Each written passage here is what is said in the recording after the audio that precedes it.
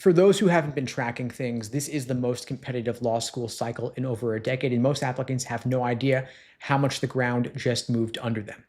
Last cycle, applications were up 18% and applications up more than 20%, according to the LSAC. This cycle's up even more. And so a crowd like this affects the strength of your application and the one thing you still control when your application shows up. Now, I've been teaching the LSAT since 2005. I've watched application volumes swing up and down more than once, and the pattern's always the same. Here's what a surge really means. The number of seats at a law school is basically fixed. A school that took a class of 250 last year probably wants to take about 250 this year. And so when applications jump up 20, 25% or more, every seat has more people reaching for a limited number of seats. It's like a game of musical chairs. A file that was a comfortable yes 2 years ago might be a maybe now. The same maybe becomes a no. Nothing about you necessarily changed, but it's the competition around you that changed. And it's not spread evenly. Some regions are getting hit harder than others. Applications in the Mountain West are up about 46%. New England's up about 27%. And at the top of the market, every T14 law school now has a median LSAT between 170 and 174.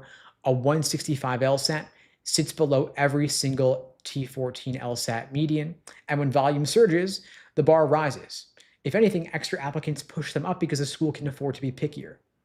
Now, for any law school that you're targeting, you want to pull their median LSAT from the American Bar Association 509 disclosure, then put your own score next to it.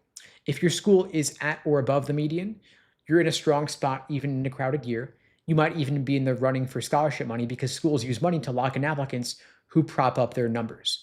If you're a few points below the median, then the gap is going to hurt you, and it might be a stretch just to get in. If you're well below, then of course you're a bit of a long shot. You want to have some other schools in your application pool just in case, some safety schools as well, cast a wider net. Now, you should also know that in a crowded year, rolling admissions, applying early matters more. That means that schools read files and hand out seats in the order in which they receive the applications, not all at once. And earlier in the cycle, there's more scholarship money available. When you're applying early, there's more seats available, more money available. If you're a late applicant, it's slim pickings. And of course, it's still better to apply later with a higher LSAT score than earlier with a lower score. So don't be afraid to apply a month or two later than otherwise if you need the time to get your LSAT score up. But if you're watching this in late July or early August, there's still time to take the LSAT this fall and apply this calendar year. The real risk is complacency and assuming that what got you in 2 years ago or 5 years ago will get you in today because the numbers have changed, the medians have risen. Every year, law schools are looking to raise their medians, and so assume that they want to be 1 point higher than where they are right now.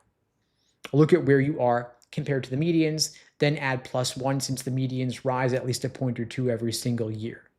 And if you want my help getting your LSAT score up, getting into better law schools, getting more scholarship money, again, I'm happy to help. You can book a free LSAT tutoring lesson with me at unpluggedprep.com/start. Links below, pinned in the chat in my bio as well.